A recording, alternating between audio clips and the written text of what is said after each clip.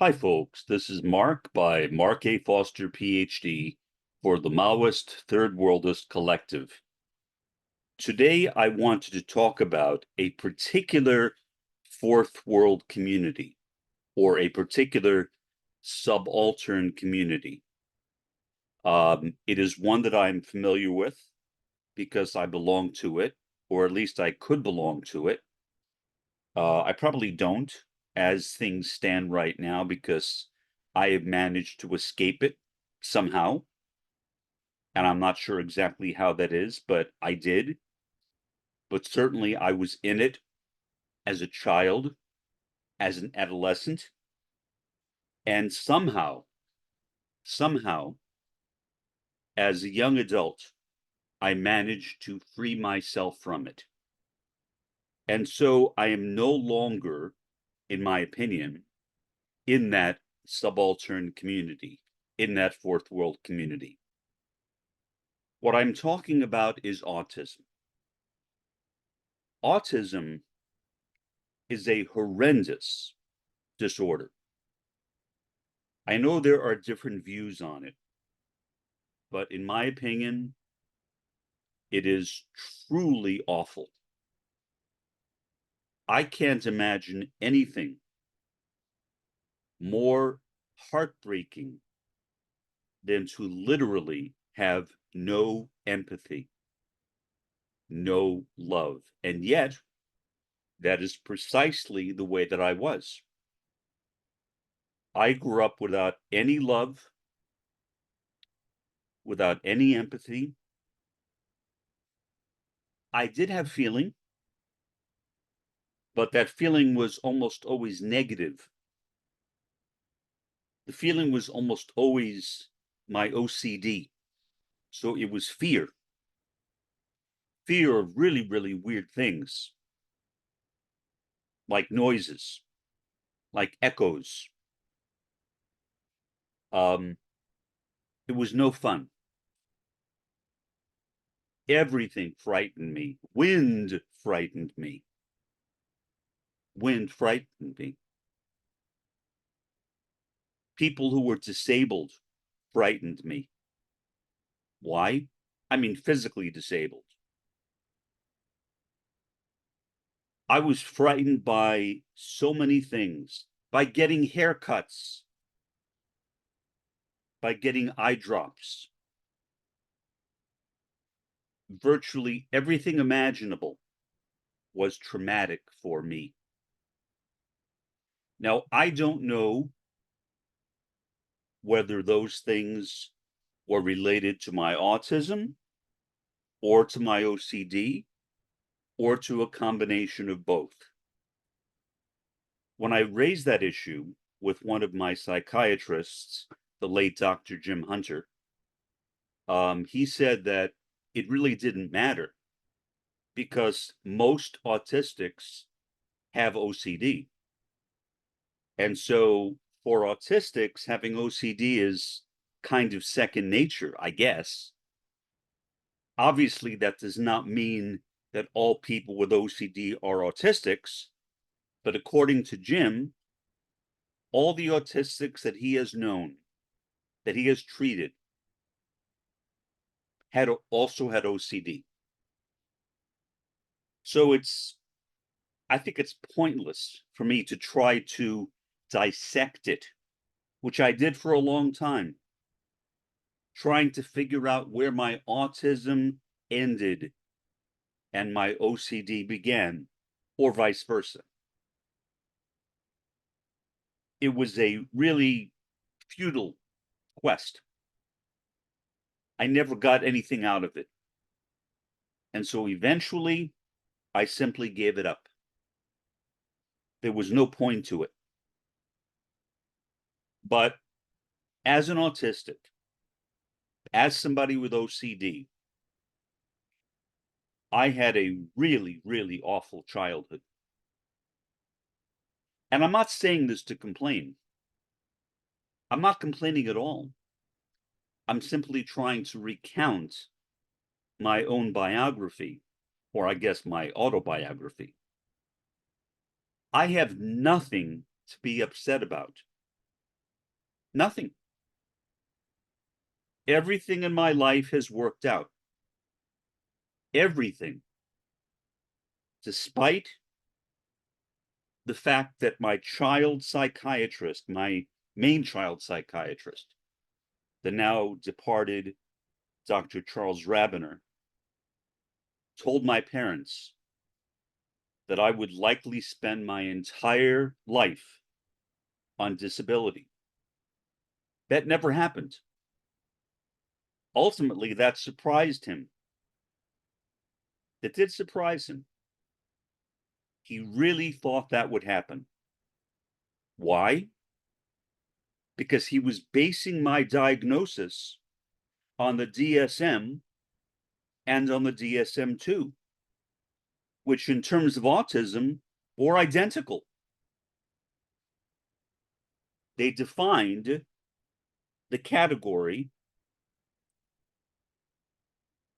schizophrenic reaction, childhood type, as autism.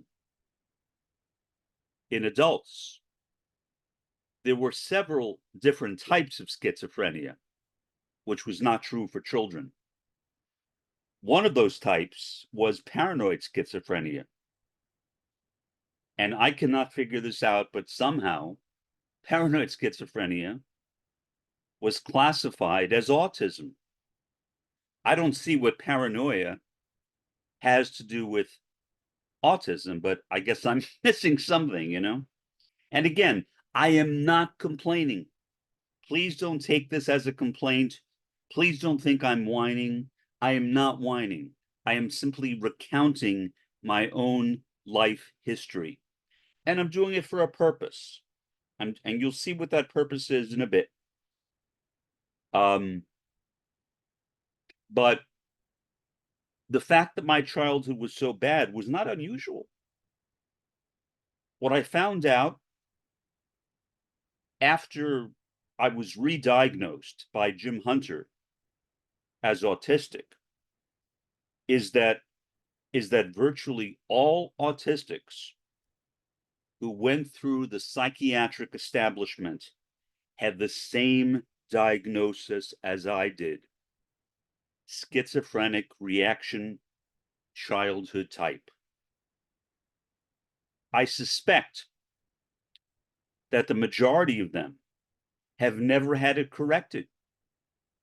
I don't know that, but that seems like a reasonable assumption.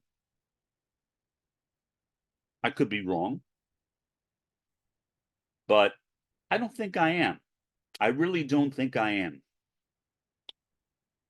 The psychiatric establishment back in the 50s, 60s, and 70s, in terms of autism, was truly atrocious. And as a result of my diagnosis, I had 12 electric shock treatments while committed to Creedmoor State Hospital in Queens, the borough of Queens, in New York City. I was also on psychotropic drugs for basically my entire childhood. The one I remember, as I mentioned in a previous podcast, is Thorazine, but there were others as well. But I can't recall what they were called. But Thorazine was always there. I seem to always be on Thorazine. The diagnosis I had was based on a total misunderstanding of autism. Autism is not schizophrenia. I mean, I always thought, and I don't think I'm wrong, that schizophrenia refers to an inability to distinguish reality from illusion. And so people may have delusions, hallucinations, hear voices, things like that. I never had any of those things in my life. Never. And yet, Dr. Rabiner would interpret the things I told him to mean that I had those things, even though I did not.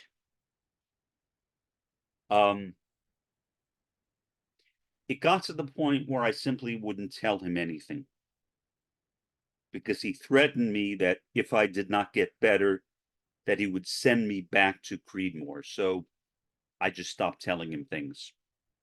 And somehow, I have no idea how I did it, I convinced my mother not to tell him anything as well. My mother, my late mother, had a pattern. To her, everyone was either an angel or a demon, one or the other. Charles Rabiner, my psychiatrist, was an angel. My uncle Ralph, my mother's brother, was an angel. I, on the other hand, was a demon. And my mother treated me accordingly. I literally was a demon to my mother. As I mentioned previously, she would go for months, literally months, without talking to me. She once told me that I was the most selfish person in the world, and she was only projecting. The selfishness was in her. She was a very selfish person, and I'm not saying that to attack her. I'm really not. I'm saying that to explain my own life. I forgive her. My mother had a lot of stress in her life. She had me to deal with as an autistic. She had my father to deal with, as we later found out, when he was diagnosed with autism as well. So having two autistics in the same home, constantly fighting with each other once I reached my teens, could not have been a very pleasant experience for my mother. And so I really don't blame her. I really don't. I used to. I used to blame her, but I don't anymore. There's no point in blaming her. I mean, what's to be gained from that? Nothing. The only person I'm hurting is me by blaming her. So, my diagnosis was schizophrenia, and I did not have schizophrenia. But my psychiatrist was convinced I did. It wasn't until 20 years ago when I began seeing Jim Hunter, another psychiatrist. And the only reason I saw him was because I had a cockroach epidemic in my apartment back when I lived in Kansas. And these damn cockroaches would crawl all over me, and without getting too gross, inside of me. I'll let you use your imagination. The baby ones would crawl inside of me. And so I couldn't go to sleep. I went to my family physician, my primary physician. All he could give me was a mild sedative, which did not help. And so he said, Mark, the only thing I can do is to send you to a psychiatrist. Now, I had been to counselors, clinical psychologists over the years to help me with various things, but I avoided psychiatrists because of Florazine and because of the electroconvulsive therapies that I had, 12 of them, while committed to Creedmoor Hospital. And suddenly I was faced with the prospect of going back to seeing a psychiatrist again. But what could I do? And so I found a psychiatrist. Now, Jim Hunter was very different than me. As you know, I am a Maoist-Third Worldist. At that time, I was not a Maoist-Third Worldist, but I was still a communist. And Jim was far right wing, far right wing. He believed in the Illuminati conspiracy. A psychiatrist who believed in the Illuminati conspiracy, the George Soros conspiracy, all these things he accepted. I confronted him on the George Soros thing and he apologized. He did not know that the origin of the George Soros thing came from neo-Nazism. Well, in fact, the Illuminati conspiracy, at least the version that he accepted, was also a twisting of the Nazi version of the Illuminati conspiracy. I never told him that. There was no point. But he remained that way. He remained on the far right. And I put up with it because he was a good psychiatrist. He genuinely helped me. He was a nice guy. I did not know how much the medications had changed. When I was a kid, the medications I was taking, including Thorazine, basically turned me into a zombie.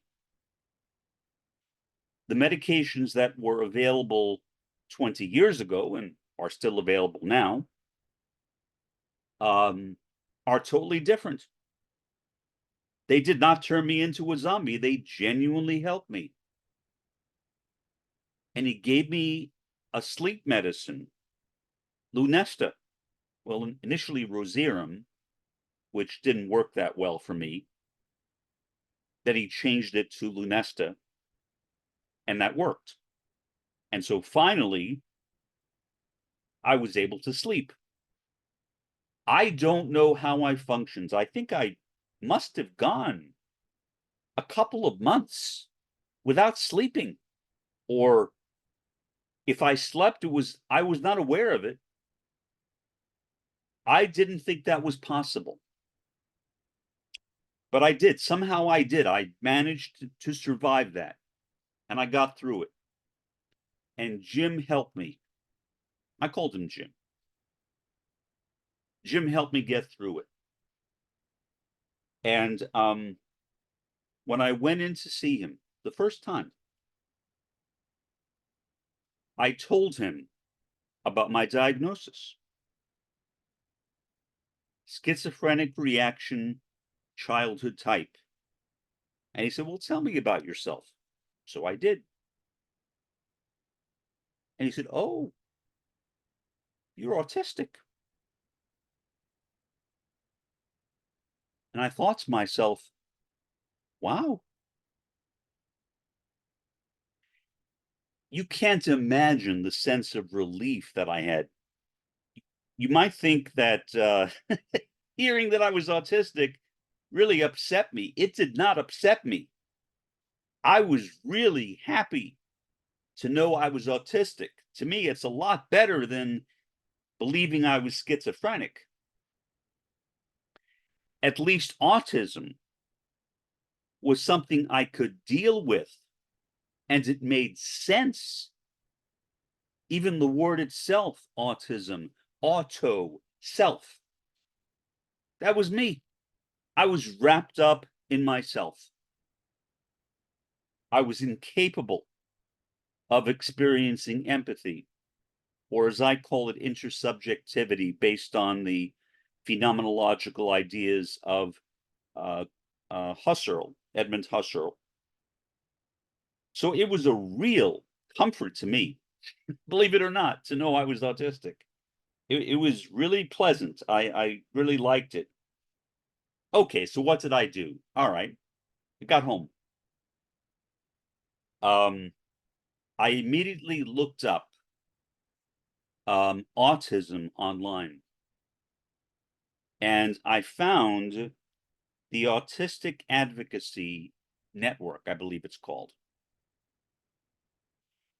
The Autistic Advocacy Network is an anti-cure movement, or as it is sometimes called, a neurodiversity organization, meaning they believe that autism is a normal part of human variation, like anything else, that it should not be cured, that people who are autistics should be accepted for who they are.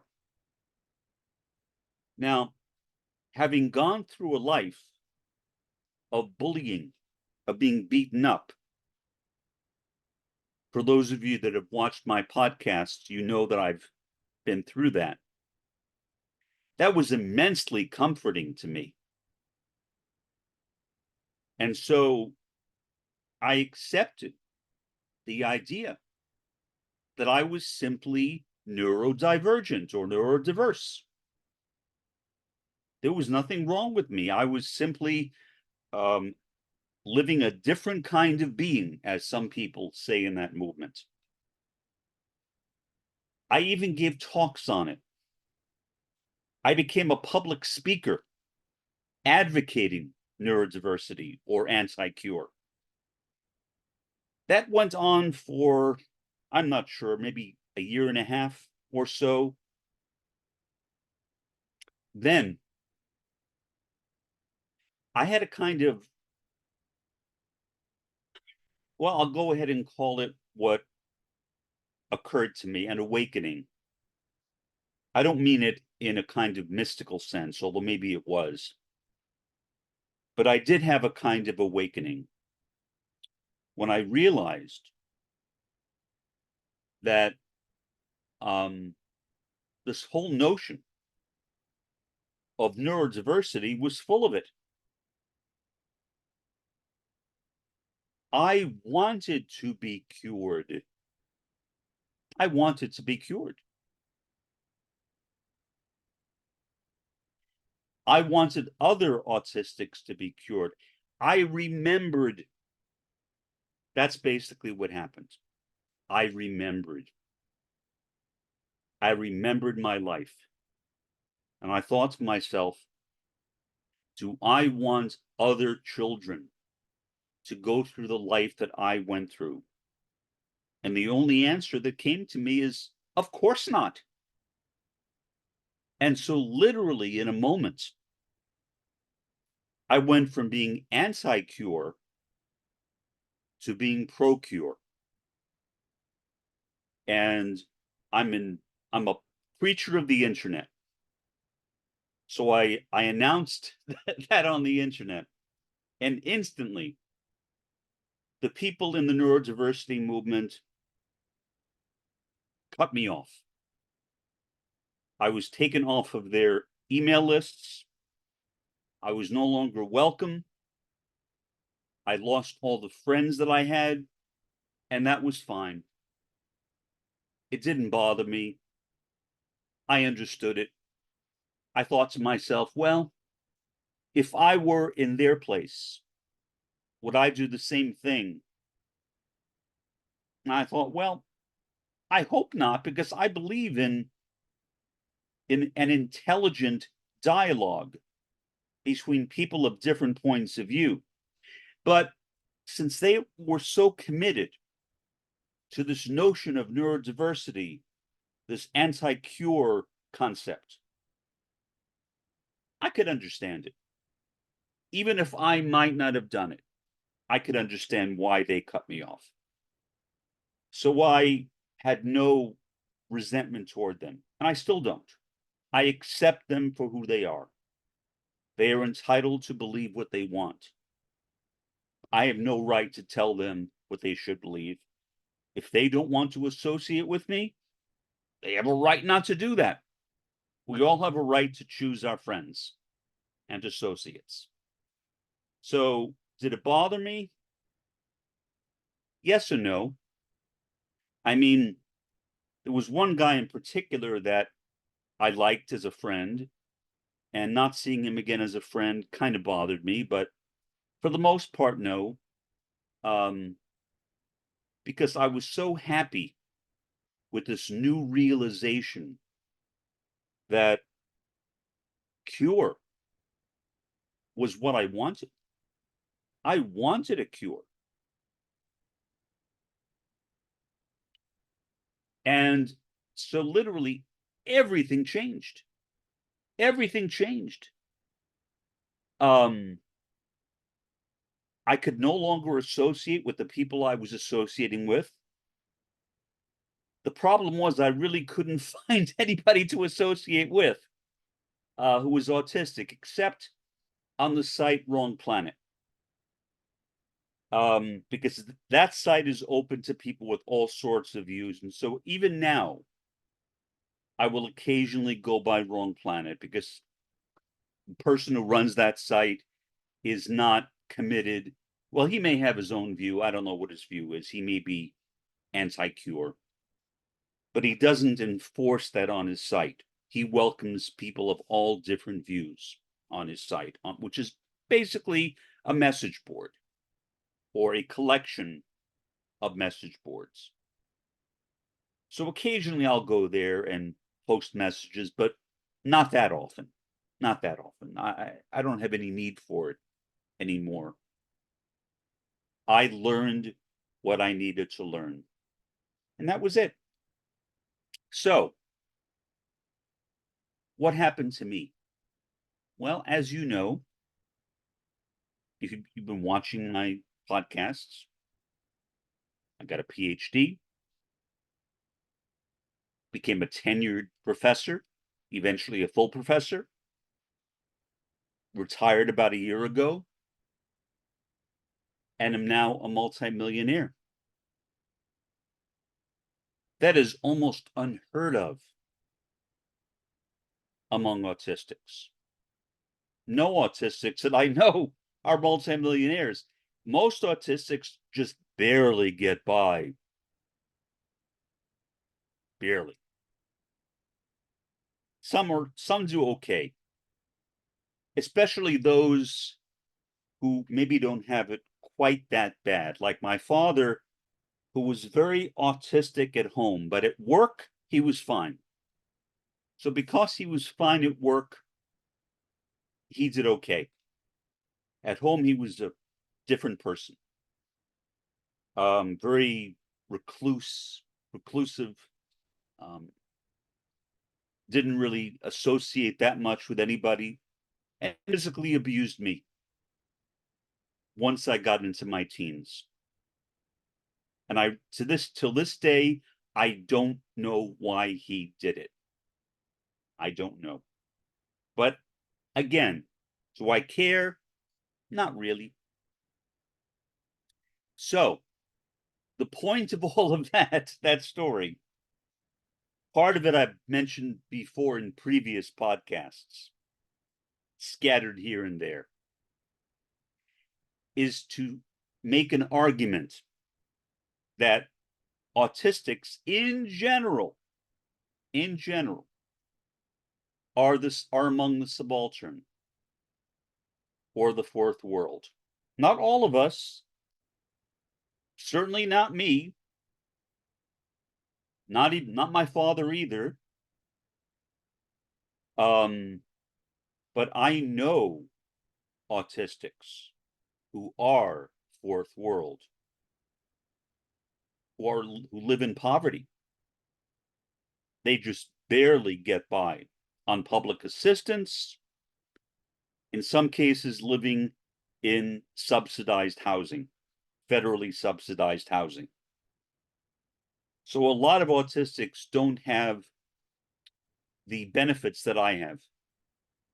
Why I have the benefits I do is a mystery to me. I don't entirely understand it. I understand it a bit, but not entirely. But autism is, to me, a fourth world disorder or a subaltern disorder, meaning people who are autistics are marginalized. I was marginalized as a kid. I was subaltern as a kid, but I outgrew it. I am no longer in that category, right? I'm no longer in the category of being subaltern or fourth world. Somehow. Am I the only one who's like that? No. There are other people who are autistics who have done reasonably well. I don't know. I personally don't know of anyone who's done as well as I have, but that's not to say there aren't people. I just don't know them. But I wanted to mention that, go through this podcast to emphasize my own experience, my personal experience with the fourth world, because I had a taste of it as a child, even though I'm past it. For whatever reason, I had a taste of being subaltern. I was beaten up every school day of my childhood, literally. Getting electric shock treatments, which resulted in almost complete amnesia for a year. That's subaltern. So I was subaltern. I was fourth world, but I'm not anymore, which is odd. So I don't know exactly how to define myself, except to say that somehow, for some reason that I can't figure out, I literally cannot figure it out,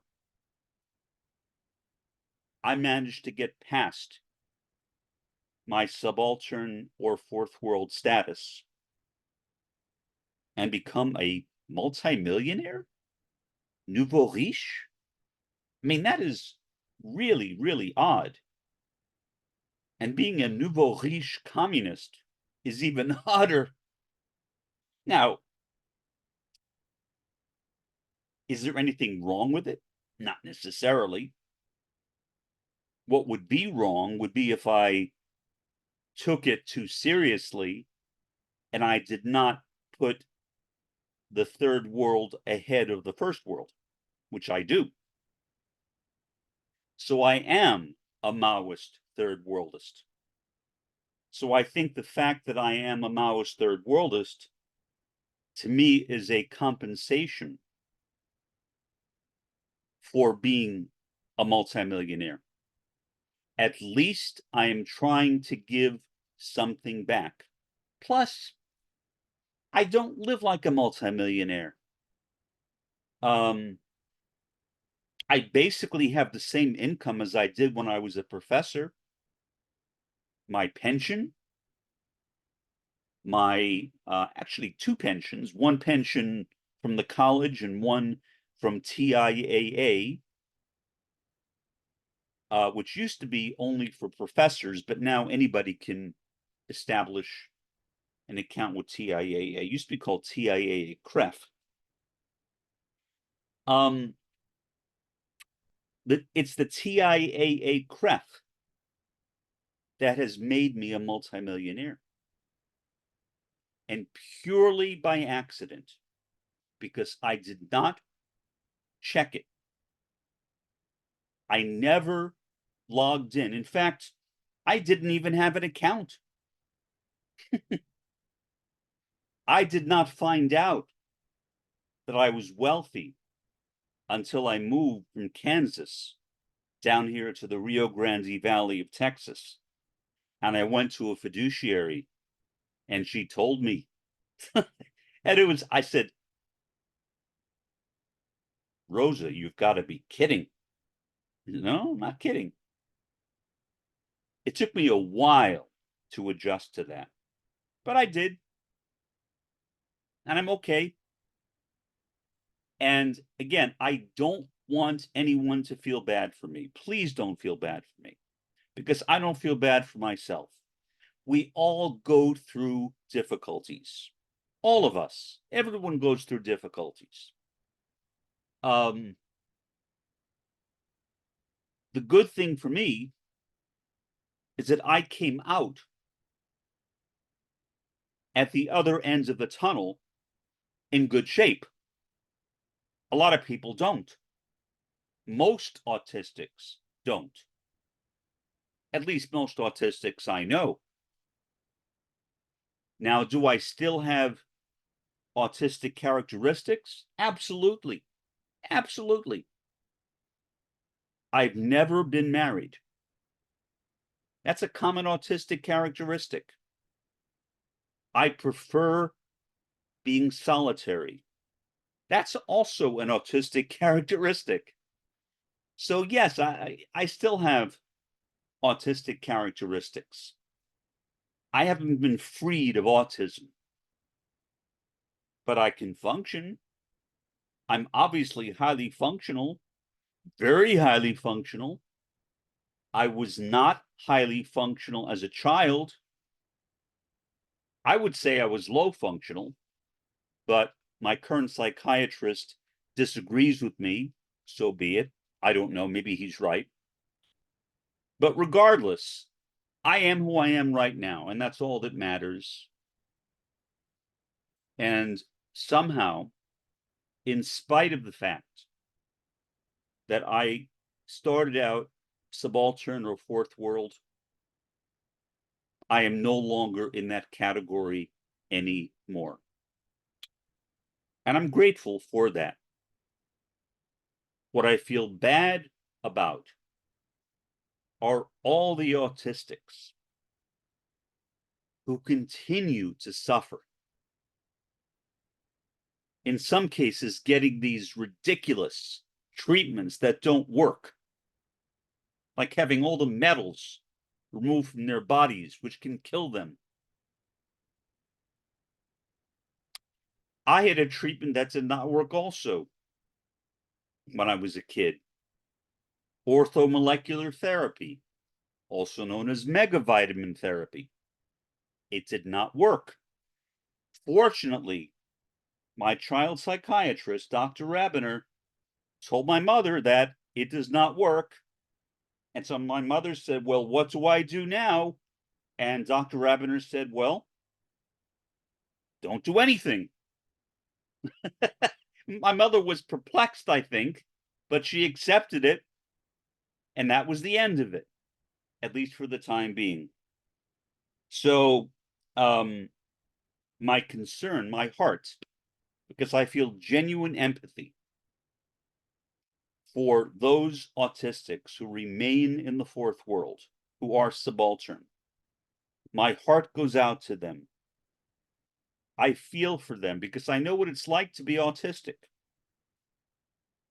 I'm still autistic, not as much as I was, but autism is not something that you get over. But I can feel it. I can feel when I meet somebody who is autistic, I can usually recognize them. When I was still teaching, I could recognize students who were autistic. And many times they would come to me and tell me that they were. So what I found is that as an autistic, I can recognize people like me, which I think is a good thing. I'm grateful for that. I only hope that a cure is forthcoming. And by cure, I mean an in vivo cure, meaning a cure for the fetus. Because once the baby is born, it's almost too late. Maybe not quite. Maybe a baby could be cured, but it's almost too late. The cure really should be given to the fetus. And I hope that there is an in vivo cure soon, so that nobody will be born autistic. And this neurodiversity or anti-cure movement, which was actually based on the deaf rights movement, which was opposed to cochlear implants, will simply go away, because there will literally be no more autistics, which is something that I want. I realize a lot of people disagree with me, and that is fine. I accept you. You can disagree with me, but that's the way I feel. For the time being, this is Mark Foster for the Maoist-Third Worldist Collective. Have a good day and an even better day tomorrow.